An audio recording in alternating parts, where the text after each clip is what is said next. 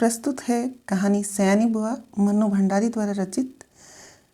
सब पर मानो बुआ जी का व्यक्तित्व हावी है। सारा काम यहाँ इतनी व्यवस्था से होता है जैसे सब मशीनें हों जो कायदे में बंधी बिना रुकावट अपना काम किए चली जा रही हैं। ठीक 5 बजे सब लोग उठ जाते, फिर 1 घंटा बाहर मैदान में टहलना होता। उसके बाद चाय दूध होता। उसके बाद अन्नू को पढ़ने के लिए बैठना होता। भाई साहब भी तब अखबार और ऑफिस की फाइलें आदि देखा करते। 9 बजते ही नहाना शुरू होता।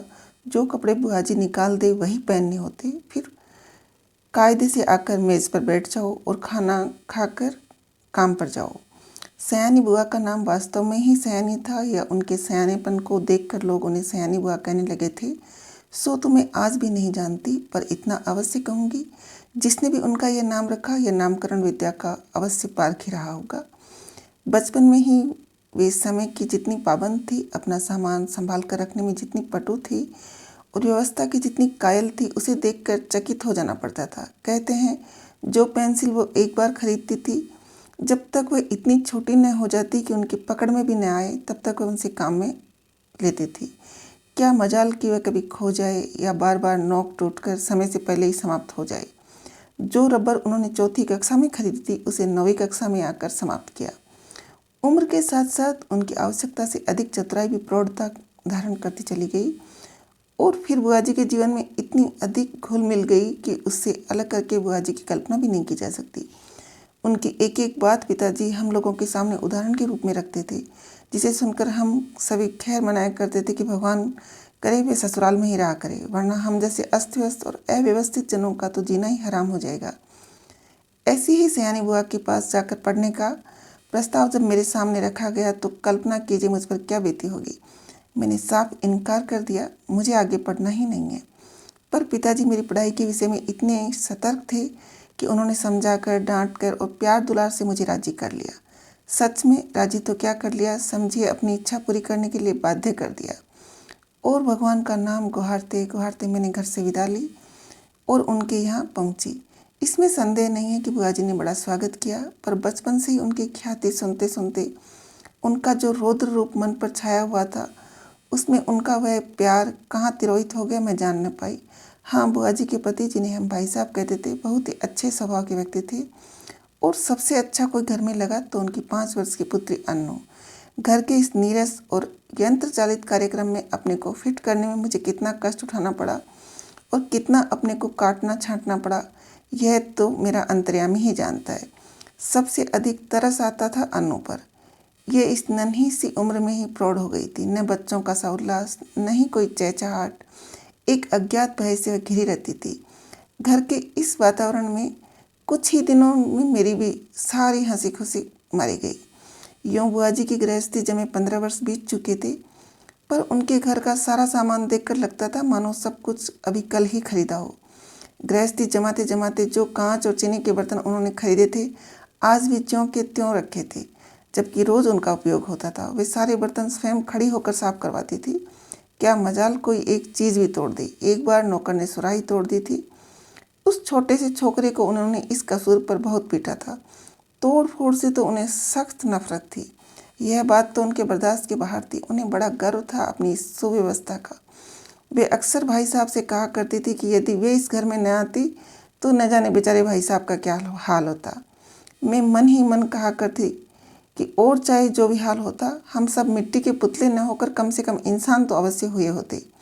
बुआ जी की अत्यधिक सतर्कता और खाने पीने के इतने कंट्रोल के बावजूद अन्नू को बुखार आने लगा। सब प्रकार के उपचार करने कराने में पूरा महीना बीत गया, पर उसका बुखार न उतरा। बुआ जी की परेशानी का पार नहीं। अन्नू एकदम पीली पड़ गई। उसे देखकर मुझे लगता मानो उसके शरीर में ज्वर के कीटाणु नहीं, बुआ जी के भय के कीटाणु दौड़ रहे हों, जो उसे ग्रसते जा रहे हैं। वह उनसे पीड़ित होकर भी भय के मारे कुछ कह तो सकती नहीं थी, बस सूखती जा रही थी। आखिर डॉक्टरों ने कई प्रकार की परीक्षाओं के बाद राय दी कि बच्ची को पहाड़ पर ले जाया जाए और जितना अधिक हो उसे प्रसन्न रखा जा सके रखा जाए, सब कुछ उसके मन के अनुसार हो, यही उसका सही इलाज है। पर सच पूछो तो बेचारी का मन बचा ही कहाँ था। भाई साहब के सामने एक विकट समस्या थी। बुआ जी के रहते ये संभव नहीं था, क्योंकि अनजाने ही उनकी इच्छा के सामने किसी और की इच्छा चल ही नहीं सकती थी। भाई साहब ने शायद सारी बात डॉक्टर के सामने रख दी। तभी डॉक्टर ने कहा कि माँ का साथ रहना ठीक नहीं होगा। बुआ जी ने सुना तो बहुत आनाकानी की, पर डॉक्टर की राय के विरुद्ध जाने का साहस वे कर ही नहीं सकी, सो मन मारकर वहीं रही। जोर शोर से अनु के पहाड़ जाने की तैयारी शुरू हुई। पहले दोनों के कपड़ों की लिस्ट बनी, फिर जूतों की, मोजों की, गर्म कपड़ों की, ओढ़ने बिछाने के सामान की, बर्तनों की, हर चीज़ रखते समय वे भाई साहब को सख्त हिदायत कर देती थी कि एक भी चीज़ खोनी नहीं चाहिए। देखो ये फ्रॉक मत खो देना, 7 रुपये मैंने इसकी सिलाई दी है। यह प्याले मत तोड़ देना वरना 50 रुपये का सेट बिगड़ जाएगा। और हाँ, गिलास को तुम तुच्छ समझते हो, उसकी परवाह ही नहीं करोगे। देखो यह 15 बरस से मेरे पास हैं और कहीं खरोंच तक नहीं है, तोड़ दिया तो ठीक न होगा। प्रत्येक वस्तु की हिदायत के बाद वे अनु पर आई।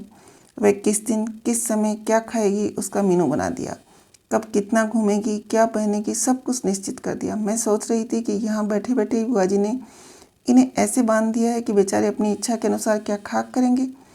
सब कह चुकी तो जरा आर्द्र स्वर में बोली, कुछ अपना भी ख्याल रखना, दूध फल बराबर खाते रहना।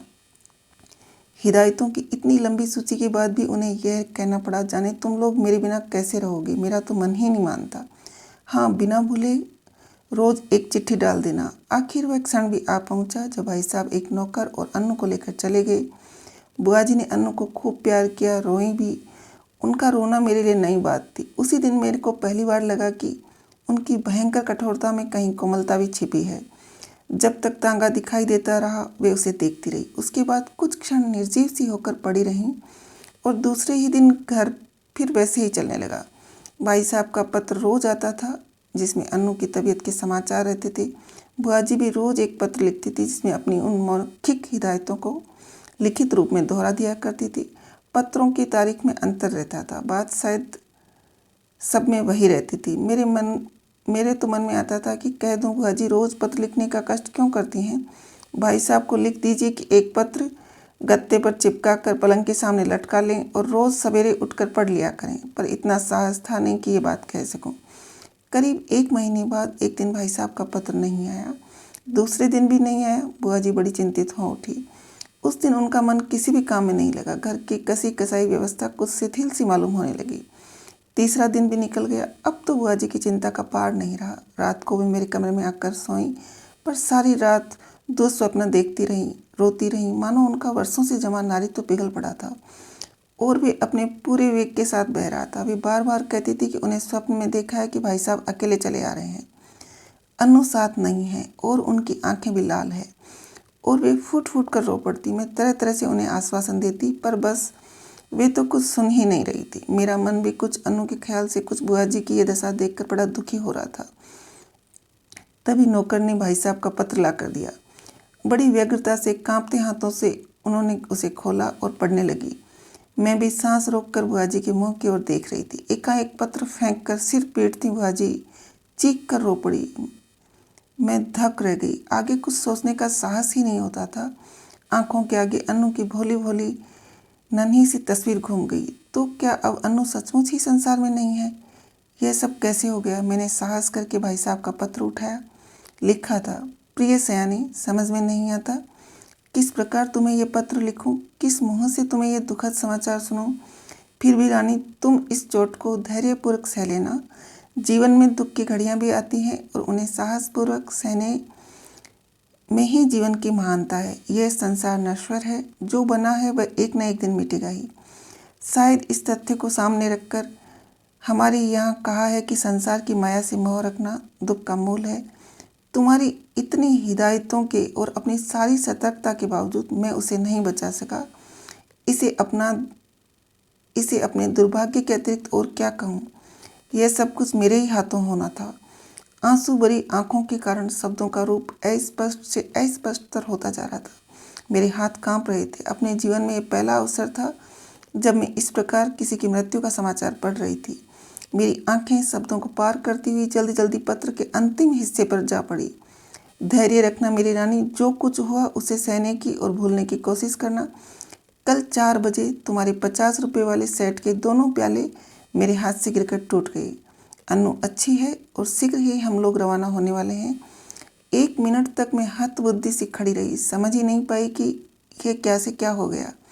यह दूसरा सदमा था। ज्यों ही कुछ समझी मैं जोर से हंस पड़ी। किस प्रकार मैंने बुआ जी को सत्य से अवगत करवाया वह सब मैं कोशिश करके भी नहीं लिख सकूंगी, पर वास्तविकता जानकर बुआ जी भी रोते रोते हंस पड़ी। 5 आने की सुराही तोड़ देने पर नौकर को बुरी तरह पीटने वाली बुआ जी 50 रुपये वाले सेट के प्याले टूट जाने पर भी हंस रही थी। दिल खोलकर हंस रही थी, मानो उन्हें स्वर्ग की निधि मिल गई हो।